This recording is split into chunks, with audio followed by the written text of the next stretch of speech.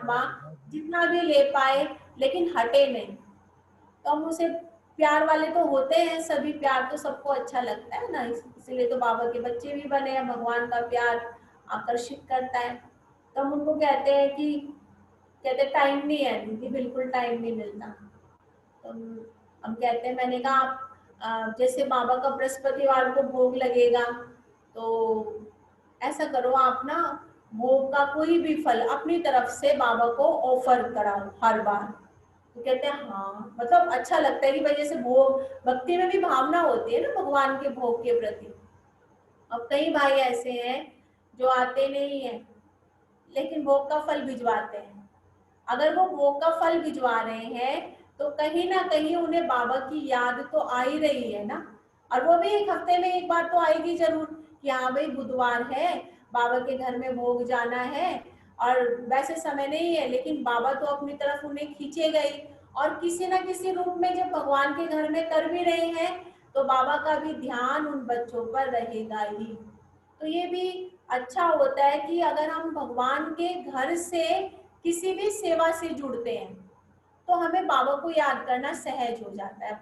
भगवान के घर में कोई भी सेवा अगर हम लेते हैं, तन से ले ली, मान लिया किसी की सेवा लगी हुई है कि हफ्ते में एक दिन आके उसे बाबा के घर में कोई भी सेवा करनी है, तो वो पूछेगा दीदी मुझे बताओ, चाहे भाग भाग के आधा घंटा मेरे पास है, आप मुझे बताओ जल्दी जल्दी क्या सेवा करनी है।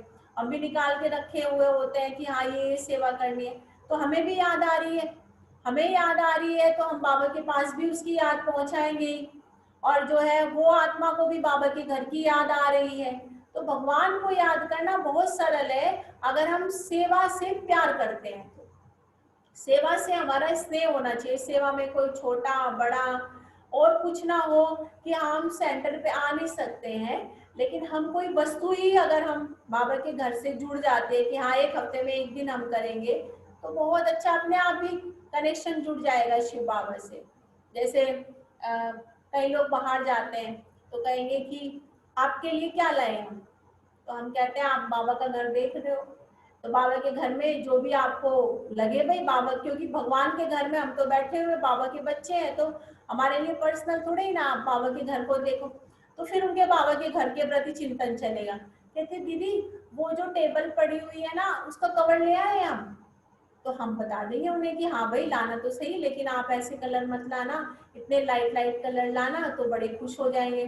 फिर जब लेके आएंगे तो उनको और खुशी होती है, जब वो बाबा के घर में डला हुआ देखते हैं तो और खुशी होती है कि भाई अच्छा ये बहुत अच्छा सेवा में यूज हो रहा है। ऐसे ही कोई प्रदर्शनी लगी हुई है, अभी तो खैर प्रदर्शनी नहीं लगा रहे हैं, लेकिन जब प्रदर्शनी लगती है तो कहीं पूछेंगे कि दीदी हम समझा नहीं सकते किसी को, हम नहीं समझा सकते ना, हम पर्चे बांटेंगे, हमें शर्म आती है।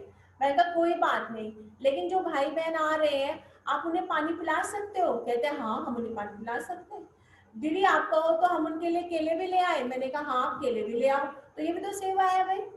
अगर हम पर्चे बांटने में शर्मा रहे हैं, हम उन्हें समझाने में शर्मा रहे हैं, हमें लगता है हम नहीं समझा सकते, तो वो भी तो सेवा है ना, जो हम सेवादारियों को तृप्त कर रहे हैं। तो सेवा तो किसी भी तरह से हो सकती है।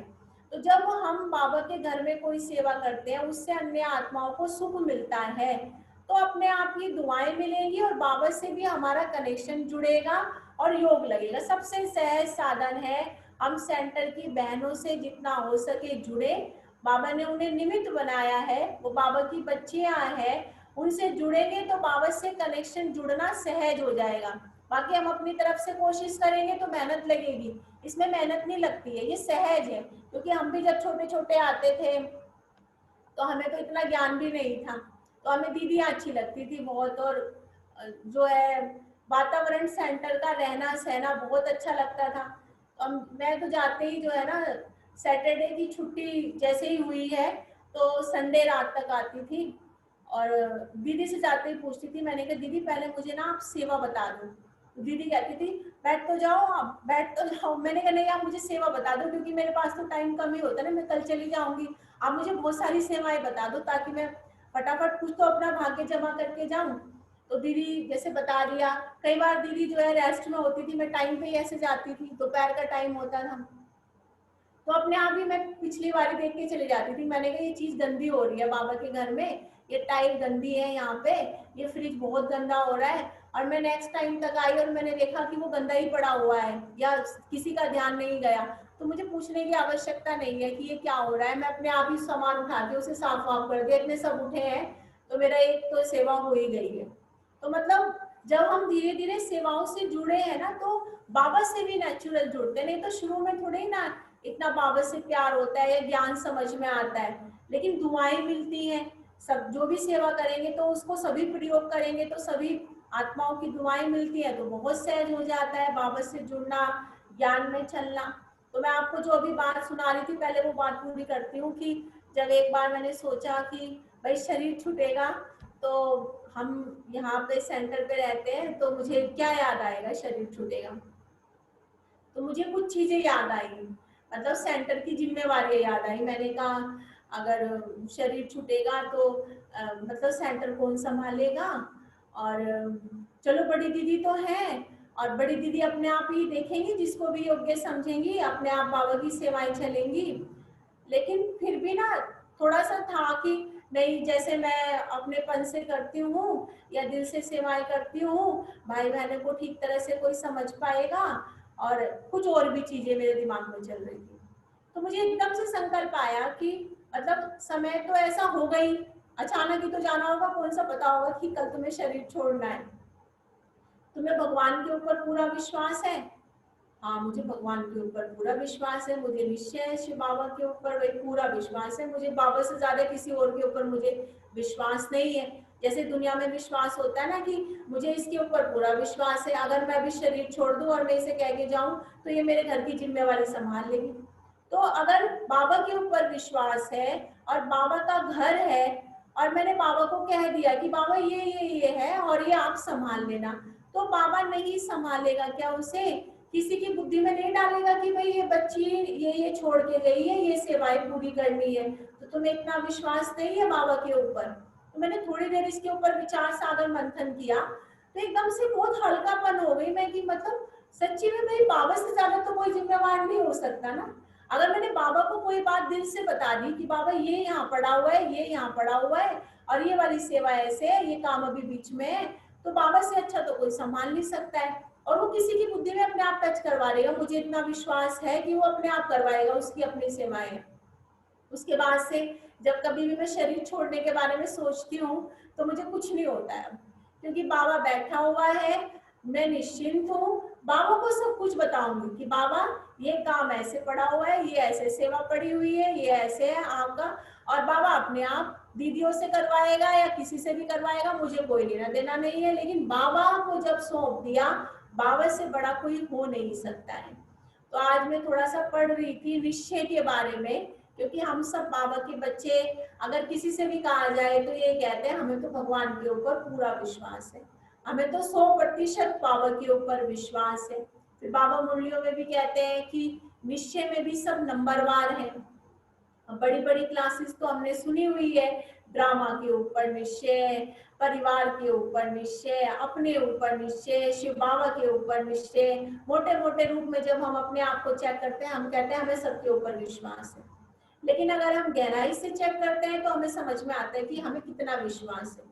जैसे मैं आपको छोटे छोटे एग्जाम्पल देके बताती हूँ कि कई बार जीवन में, चाहे वो गृहस्थी है चाहे वो बाबा का घर है, कहीं पे भी हम रहते हैं, कैसे परीक्षा आती है और हमें पता चलता है कि हमें कितना विश्वास है शिव बाबा के ऊपर।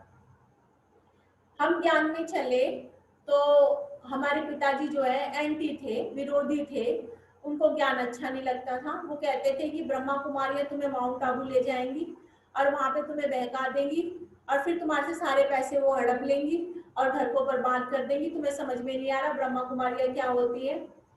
लेकिन जब हम ज्ञान में चले तो हमें पहले दिन से ही ऐसा लगा जैसे कि ये तो परिवार है, मतलब ऐसे कुछ हुआ नहीं कि ये ज्ञान है या ये बात ऐसे, ऐसा लगा जैसे इसी से तो जुड़ना था, यही तो मेरा परिवार है, यही तो मेरा बाप है। एक बार भी अगर ज्ञान के किसी भी प्रश्न में जो बताया दीदियों ने, जो हमने पढ़ा, उसमें ये उठाओ कि हाँ ये रॉन्ग है या राइट है, ये उठा ही नहीं है।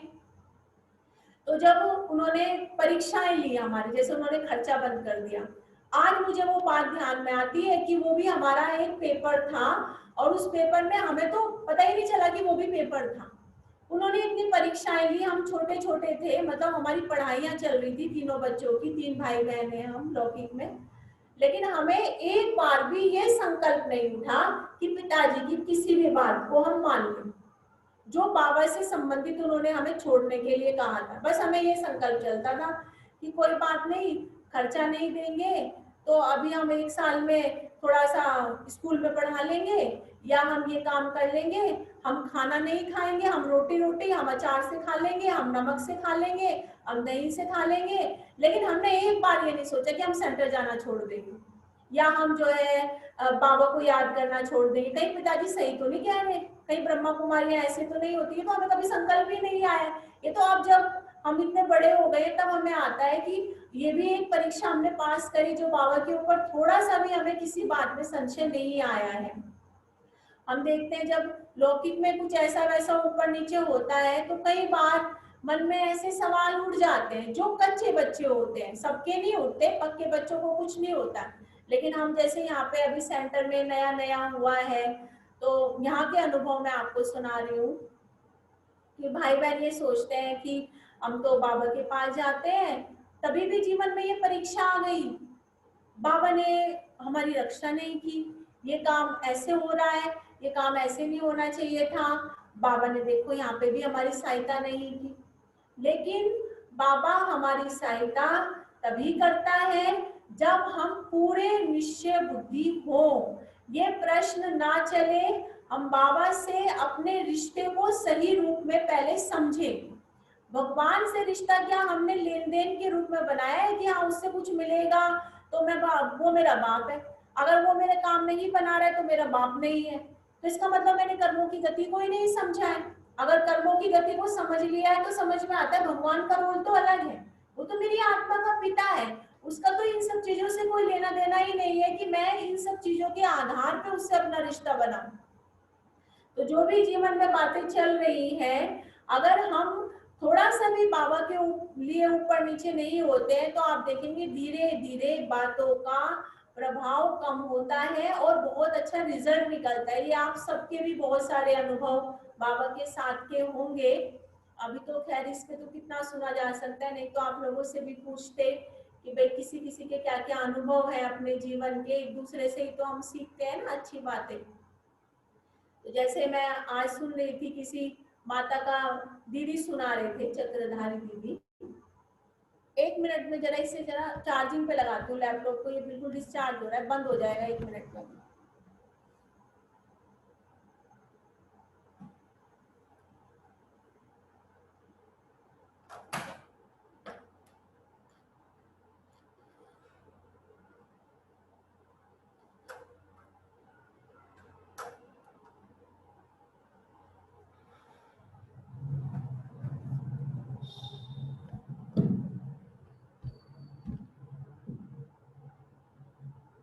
तो दीदी बहुत अच्छा अनुभव सुना रहे थे किसी माता का, कहते हैं कि उसके सामने इतनी बड़ी परीक्षाएं आई कि लौकिक में किसी ने शरीर छोड़ दिया, और मतलब जैसे उसके पति ने शरीर छोड़ा और माता के बच्चे सब बहुत रो रहे हैं, और भी जैसे कई बातें सुना रही थी कि एक साथ उसके जीवन में बहुत सारी चीजें एक साथ आ गई, बहुत बड़ी बड़ी परिस्थितियां आ गई है। बाबा की अनन्य बच्ची, निश्चय बुद्धि बच्ची, तो कहते हैं जब किसी ने शरीर छोड़ा तो उस दिन भी वो सेंटर पे आई है, उसकी डेड बॉडी वहां पे रखी हुई थी, तब भी वो बाबा के घर में होके चली गई है, भाग भाग के आके चली गई, इतनी निश्चय बुद्धि आत्मा। अब ये सारे पेपर उसने बहुत आराम से पास कर लिए, बहुत बड़े बड़े पेपर उसके जीवन में आए। अब अचानक से उसके बच्चों की शिफ्टिंग हुई है, तो सारे ही लोग जो है कहीं दूसरी जगह शिफ्ट हो गए। तो दीदी कहती है इतनी प्यारी माता, इतनी अनन्य माता, तो मैंने जो है जहाँ पे माता शिफ्ट हुई है उन सेंटर वालों को फोन कर दिया कि भाई हमारी माता इधर आई है, तो वो जैसे सेंटर पे आए तो आप लोग उसकी अच्छे से पालना करना, वो पुरानी बाबा की बच्ची है, इतनी निश्चय बुद्धि बच्ची है। कहते हैं थोड़े दिन में सेंटर से फोन आया कि दीदी कोई माता नहीं आई है। तो कहते हैं कि हमने उस माता को फोन किया कि भाई आप सेंटर नहीं गए हो। कहते हैं कि अरे दीदी ये सामान इतना आया है और अब सामान की सेटिंग कर रही हूँ, कहाँ टाइम टाइम ही नहीं मिल रहा है, टाइम ही नहीं है मेरे पास। तो जिसने एक दिन भी क्लास नहीं छोड़ी, शरीर यहाँ रखा हुआ है तो भी बाबा के घर में चक्कर लगा के अटेंडेंस लगा के आ गई, उसके लिए तो ये कुछ भी नहीं था। शिफ्टिंग उसके लिए कौन सी बड़ी चीज थी। लेकिन माया है, माया वार कर रही है उसके ऊपर। कहते कुछ समय के बाद मैंने उसे दोबारा फोन किया कि भाई अब तो जाना शुरू हो गया, चलो कोई बात नहीं, शिफ्टिंग में होगी बिजी। ये तो पता चल रहा था कि माया आई है, इतनी पक्की आत्मा, ये ऐसे कैसे बोल बोल रही है जिसने कभी ऐसे बोल बोले ही नहीं है। तो कहते हैं कि फिर कहती है कि दीदी इतनी कॉपियां भरी हुई हैं, इतना ज्ञान है, और वो ही पहले पढ़ लूं, वही जीवन में धारण कर लूं। मैं सोच रही हूँ कि अब क्या सेंटर जाऊं। तो ये नहीं है कि वो आत्मा जिस समय उसकी बहुत परीक्षाएं आई तो उस समय उसको कुछ नहीं हुआ होगा। दीदी सुना रहे थे कि बाबा की मुरलियों में आता है जब बहुत बड़ा कोई तूफान आता है तब तो वो बड़ा पेड़ कुछ हुआ नहीं है उसे, इतना बड़ा पेड़ खड़ा था वो ऐसे के ऐसे ही खड़ा हुआ है। जब छोटा सा तूफान आता है वो पेड़ गिर जाता है। तो बाबा से पूछा भाई बाबा ये क्या कारण हुआ, बड़े को तो इसने सहन कर लिया। तो बाबा ने बताया कि बच्चे जब बड़ा तूफान आया था ना तो बड़े तूफान में इसकी जड़ें हिल गई थी, जैसे ही छोटा तूफान आया हिल तो पहले ही चुका था तो वो एकदम गिर गया। ऐसे ही जब हमारे जीवन में कोई भी परीक्षा आती है, भले ही हम उसे बहुत सहज रूप से पार करके दिखा रहे हैं कि देखो हमें कुछ नहीं हुआ, लेकिन हम अंदर से चेक करें कि हम हिले तो नहीं है, हमारी जड़ें मजबूत हैं। माना अंदर में कोई ना कोई उसका संशयात्मक ऐसी लाइन चली होगी कि देखो बाबा ने मेरी रक्षा नहीं करी है या बाबा ने सहारा नहीं दिया है, कुछ ना कुछ तो चला होगा जो एकदम इतना ढीला बना गया है। तो परीक्षाएं भले ही सामने से बहुत सहज रूप से दिखाई दे रही है, चेहरा हम बड़ा खुशनुमा दिखा रहे हैं, पास हो गया, लेकिन ये हमें अंदर से अपने जरूर चेक करना है कि कोई भी कमजोर संकल्प बाबा के लिए कि हाँ बाबा ने ऐसे नहीं किया, ज्ञान के लिए ऐसा हमें नहीं अंदर से आना चाहिए। अगर वो आ रहा है तो उसको हमें ठीक करना चाहिए, उसको छोड़ना नहीं चाहिए। अगर हमने वो छोड़ दिया तो वो कहीं ना कहीं हमें नुकसान जरूर पहुंचाएगा, बाबा से दूर हमें जरूर कर देगा। तो ये छोटी छोटी चीजें अगर हम अपने जीवन में ध्यान रखते हैं तो तब हम कहेंगे कि हाँ बाबा के ऊपर हमें निश्चय होता जा रहा है। क्योंकि बाबा के ऊपर निश्चय कहना बहुत सहज है, पर जीवन में उसे महसूस करना उसके लिए तो बहुत समय लग जाता है। क्योंकि जब जीवन में परीक्षाएं आती है तभी तो पता चलेगा ना कि निश्चय कितना है हमें भगवान के ऊपर। और जो ये भी नहीं जरूरी है कि जैसे बाबा ने कहा कि भाई निश्चय है तो सफलता है ही है, हमें तो बाबा पे पूरा विश्वास है, हम तो कभी ऊपर नीचे होते नहीं है, कोई कमजोर संकल्प चलाते नहीं है। इसमें दो चीजें हो सकती हैं, एक ऐसे बेफिक्र बादशाह होते हैं जो कुछ करते नहीं है, आलसी होते हैं और कहते हैं हम तो निश्चय बुद्धि है, हम तो बेफिक्र बादशाह है। तो करना भी तो है कुछ पुरुषार्थ। अब इन दोनों को भी हम थोड़ा सा अंदर से चेक करें, हम आलसी हैं या बेफिक्र बादशाह है। भाई पुरुषार्थ करके यहाँ से निश्चिंत होना, बाबा ने वो कहा, ऐसे थोड़ी कहा है कि भाई कुछ भी ना करो, बच्चे हैं हम तो निश्चिंत है, बाबा बैठा है ना, खाना बना दो भाई, ऑफिस से आ गए हम तो निश्चिंत है, बाबा बैठा हुआ है, बेफिक्र बादशाह है। भाई कल तुम्हें सेंटर जाना है, तुम अपनी तैयारी कर लोगे, हम तो निश्चिंत, हम ज्यादा टेंशन नहीं लेते, हम निश्चिंत है। बाबा ऐसे तो नहीं बता रहे। तो वो भी हमें समझना पड़ता है कि हाँ निश्चिंतता क्या होती है, बेफिक्री क्या होती है। आलस्य को हम बेफिक्री से ना जोड़े, यहाँ से हमें बाबा को सब कुछ देना है। बाकी तो ज्ञान और योग बाबा से तो हम और भी ज्यादा एक्टिव होते हैं ना, हर काम हमारे बहुत अच्छे तरीके से होंगे, जो काम में पहले जितना ज्यादा समय लगता था और कम समय लगेगा। यही पता चलता है कि हमारा योग बहुत अच्छा है, बाबा से कनेक्शन बहुत अच्छा है, हमारे काम बनने शुरू होंगे। इसका मतलब ये नहीं जो हम चाहते हैं वही हो, तो हम कह रहे हैं काम बनने शुरू हो रहे हैं, सफलता मिल रही है।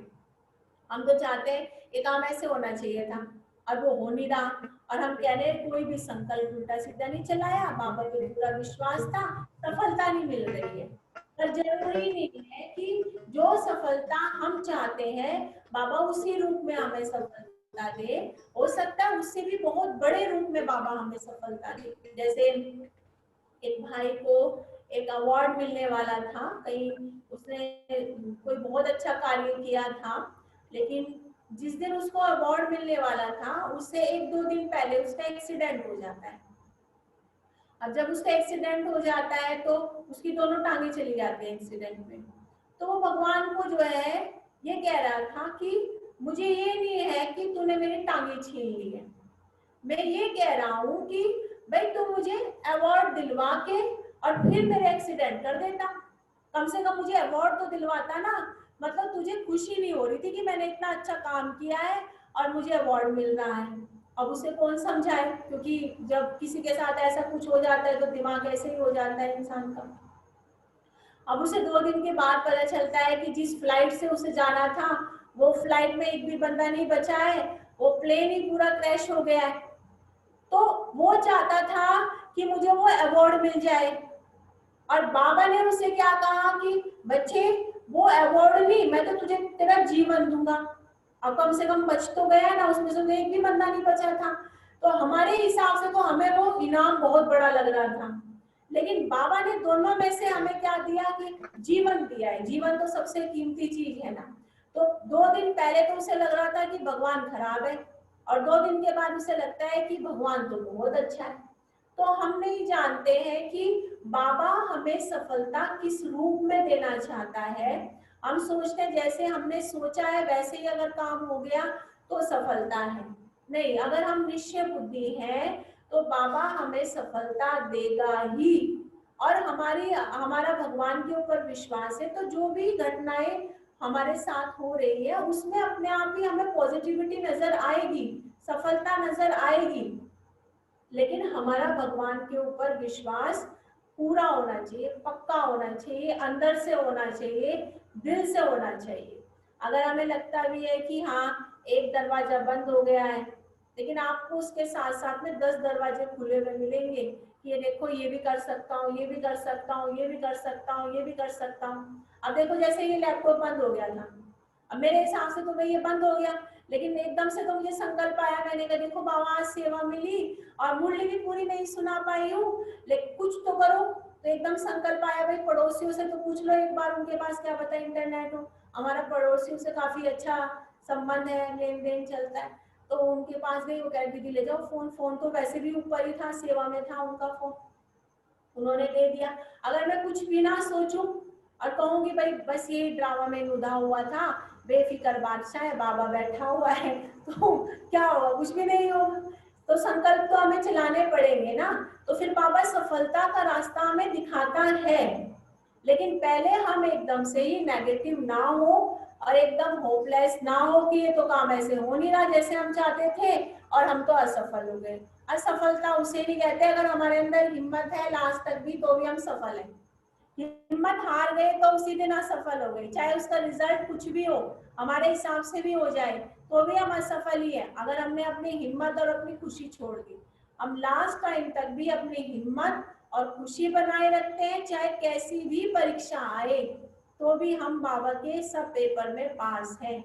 तो आप सब जो है, अभी तो मुझे नहीं समझ में आ रहा है इसमें कैसे पूछूं और कैसे बताऊं आप लोगों को। मैं रूपा बहन को वो प्रश्न भेज दूंगी जो प्रश्न इस मूल्य से संबंधित है, और फिर आपको व्हाट्सएप पे भेज देंगी, फिर आप उनको उत्तर दे देना। इस मूल्य के 4-5 प्रश्न हैं, और ये भी आज बताएंगे कि अपने आप को चेक करके कि सचमुच में मुझे बाबा के ऊपर अच्छी तरह से निश्चय है। कोई भी परीक्षा अगर जीवन में आ जाए तो मैं तैयार हूँ, या मुझे लगता है कि संकल्प चल सकते हैं मेरे, तो अगर संकल्प चलते हैं तो फिर हमें अपने आप को और पक्का बनाना है, बाबा के ज्ञान को और गहराई से समझना है, योग और अच्छा अपना लगाना है। हमारा संकल्प ना चले इस तरह का कोई भी।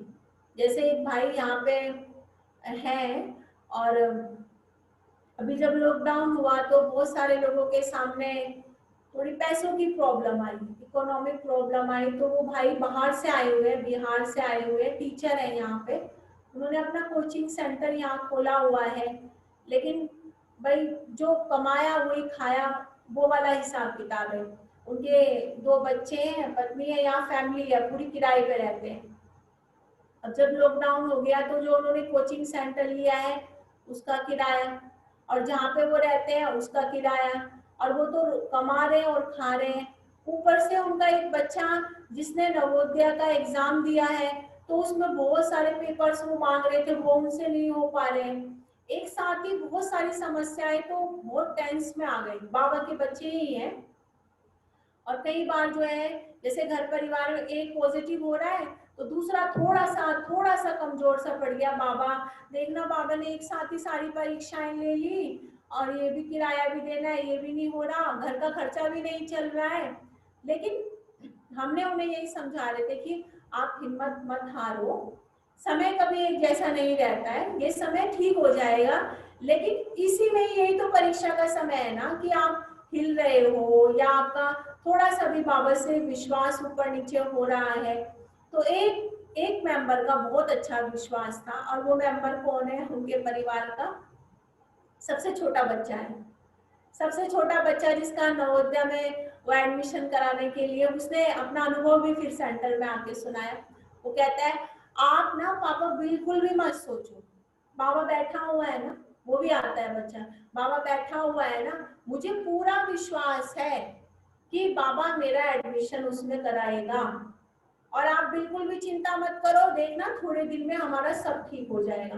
तो कहते, दीदी हम ना उसका चेहरा देखते थे, मतलब हम लोग रोज मुरली सुनते हैं और भाई बाबा को याद करते हैं, और ये इतना छोटा सा बच्चा ये कैसी कैसी बातें करता है।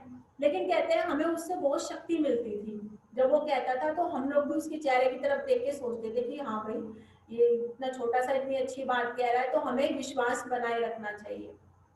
और समय तो एक जैसा रहता नहीं है। तो वो जो भी उस बच्चे की थोड़ी सी चीजें थी, जो भी उन्होंने सर्टिफिकेट वगैरह मांगे थे, उसके जितने उनसे बन पाए उन्होंने वो जमा कर दिए। उसके बाद अपने आप ही वहां से उनकी कॉल आई कि आपके बच्चे का एडमिशन हो गया है और आप आ जाओ देखने के लिए। बहुत बढ़िया, उसका नवोदय में सब कुछ हो गया है। वो बड़ा हंसता खेलता बाबा के घर आया और उसने अपना अनुभव सुनाया, जहाँ से उन्हें उनका जो है जहाँ किराए पे मकान था, उनका किराएदार कहता है एक परीक्षा हो रहा है, तुम खाली कर दो मकान, एक तो लॉकडाउन है, तुम खाली कर दो मकान। तब भी बेचारे बहुत घबराए, कहते एक लॉकडाउन दीदी अब कैसे खाली करें हम। लेकिन जो मकान अभी उन्हें मिला है उसमें उन्हें दोनों ही चीजें मिल गई। वो एक इतने अच्छे रोड पे है, वो एकदम बाहर है, और उसमें इतना अच्छा स्पेस है कि उन्हें कोचिंग सेंटर के लिए कुछ और लेने की जरूरत नहीं, वहीं उन्होंने कोचिंग सेंटर भी खोल दिया और वहीं रहते भी हैं अभी। और जो भी इतने ज्यादा उनके पास बाबा ने जो है बच्चे भेजे, होम ट्यूशन भेजे हैं, अब उनका खर्चा बहुत आराम से, जितने भी किराए विराए सब देने थे वो दे दिए, अब एकदम निश्चिंत हो गए। तो ऐसा नहीं होता कि समय एक जैसा ही रहे, परीक्षाएं लेता ही रहेगा भगवान, लेकिन थोड़ा धैर्य तो रखे ना। जब तक तो धैर्य रखेगी ये परीक्षा नॉर्मल हो जाए। अब हम उसे कैसे परेशान हो के पास कर रहे हैं या बहुत आराम से पास कर रहे हैं, बाबा को याद करके पास कर रहे हैं, वो है हमारे नंबर। उससे पता चलता है हमारी स्थिति कैसी है। ठीक तो होना ही है, नॉर्मल तो होना ही है, क्योंकि समय तो परिवर्तनशील है। तो ये अपने आप को एक बार थोड़ा आराम से बैठ के सोचेंगे कि अगर जीवन में कोई भी बात आती है तो उस समय मुझे बाबा कितना याद आता है, बाबा के ऊपर मेरा कितना विश्वास है। कोई संकल्प ऊपर नीचे तो नहीं चलते, ज्ञान वाले चल पड़े, ये चल, कईयों को तो ऐसे चल जाते हैं। वो जो दूसरी बता रही है ना कि किसी के पास जाने से वो ठीक हो जाता है, चलो मैं भी चलती हूँ, कौन से बाबा जी के पास बता रही हूँ, तुम ताबीज मिलता है वहां से। अभी ऐसे भी बच्चे हैं बाबा के, तो समझ में आता है ना कितना निश्चय है। दीदी हम चले गए उसके पास, बाबा जी के पास, हम किसी को कुछ नहीं कहते क्योंकि बाबा मुरली में सब समझा ही रहा है। तो वहां पे गए थे, उसने वो ताबीज दिया, उसने कहा ये मंत्र जंत्र करो। जब बाबा हमें इतनी अच्छी समझानी दे रहा है और इतना सब कुछ समझा रहा है, हम क्यों इधर उधर भटके? उसको प्रयोग तो करें हम, उसको प्रयोग करते नहीं तो तभी तो वहां पे जा रहे हैं। जब पूरा प्रयोग नहीं करते तो पूरा फायदा भी महसूस नहीं होता है। पूरा प्रयोग करेंगे विश्व बुद्धि होकर के तो फिर ऐसे संकल्प आएंगे भी नहीं कि हाँ फलाने बाबा के पास चले जाए, फलानी चीज अपना ले, फलाना ऐसा कर दे, कुछ भी नहीं होगा। तो सभी लोग रूपा बहन को अपना एक्सपीरियंस लिख के देंगे कि दीदी हमने थोड़ा चेक किया था और हमारा बाबा के ऊपर पूरा विश्वास है। ओम शांति।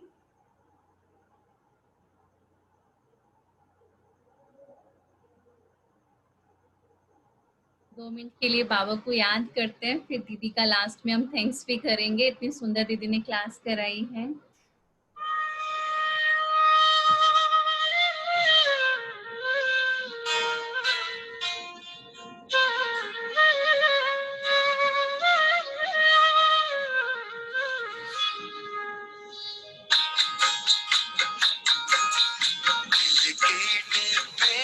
तुझे प्यार से है रखना प्यारे प्रभु, दिल ये मैंने नाम तेरे लिखना।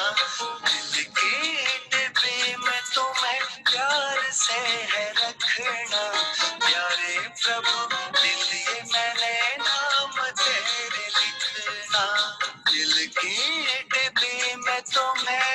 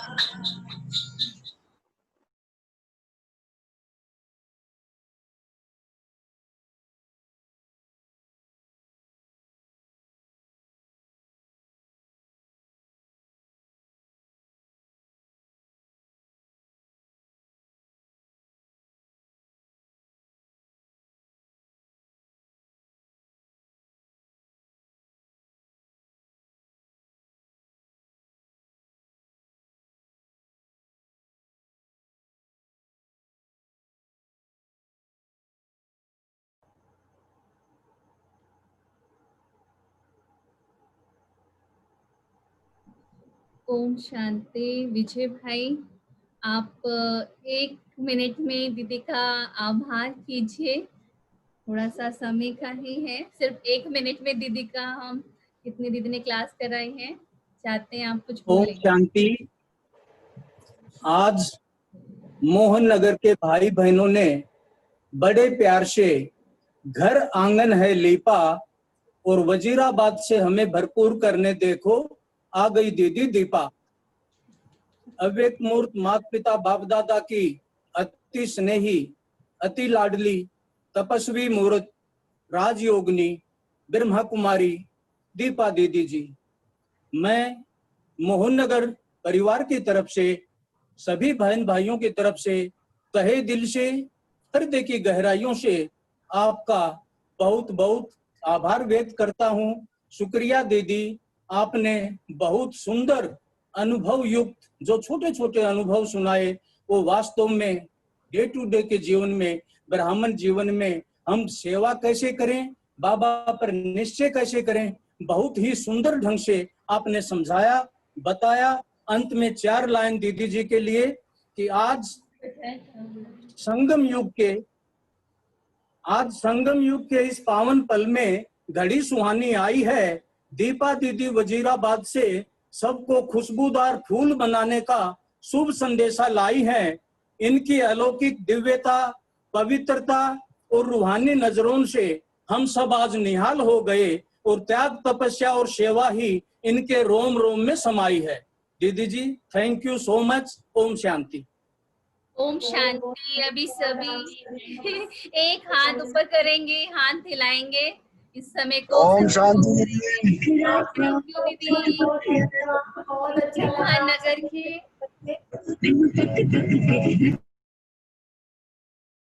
मोहन नगर के सभी भाई बहनों की ओर से दीदी आपका बहुत बहुत बहुत धन्यवाद।